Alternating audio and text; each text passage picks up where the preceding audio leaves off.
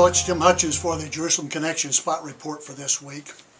Today there is a debate, a very intense debate that's going on within Israel. I say within Israel. There are very prominent American Jews that have entered this debate, sadly. But it's a debate over the WEBY report. It's a report that was commissioned to find out what is the legal status of Judea and Samaria, of the West Bank. Retired Supreme Court Justice Edmund Levy led the research into this and the debate on it, and the findings were basically the Levy report concluded that Israel is not occupying the Judea and Samaria, not occupying, I repeat, and that there is no legal prohibition to populate the West Bank, Judea and Samaria with Jewish residents. Now this goes back to the League of Nations findings in 1918, where Britain was mandated to provide a national homeland for the Jewish people that included what is today referred to as the West Bank or Judea and Samaria. 1948, war came along. Israel declared their independence. 5 Arab nations attacked them.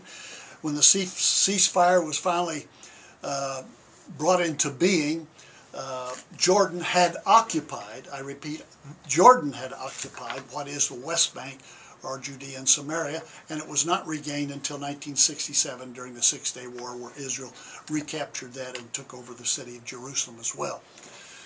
Now, there's no debate as to the legal standing, and this just reconfirms that.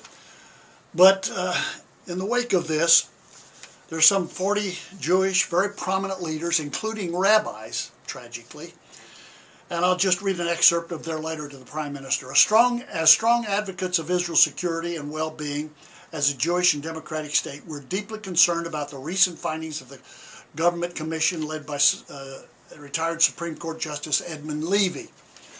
We fear that if approved, this report will place the two-state solution and the prestige of Israel as a democratic member of the international community in peril. May I say to you, the two-state solution advocated by the Oslo Accords is dead in the water. It's dead. It was a colossal failure.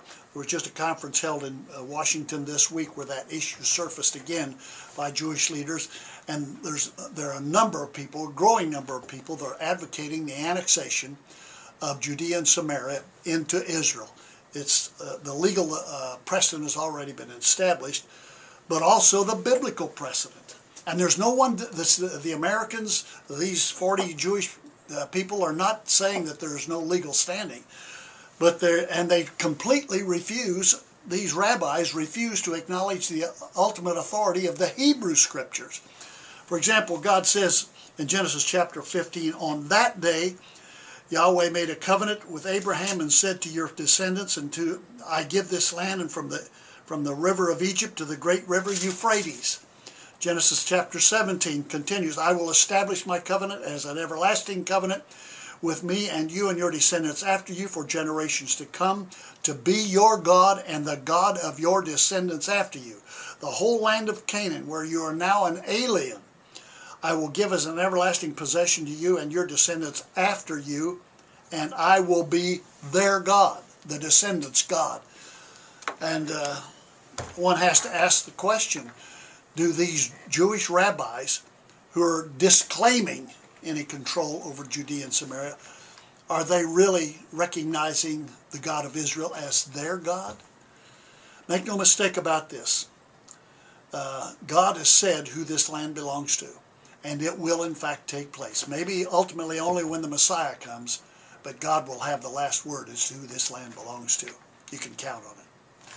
Till next week, Od Ki Yavo Shiloh, or until Messiah comes, Shalom Aleichem.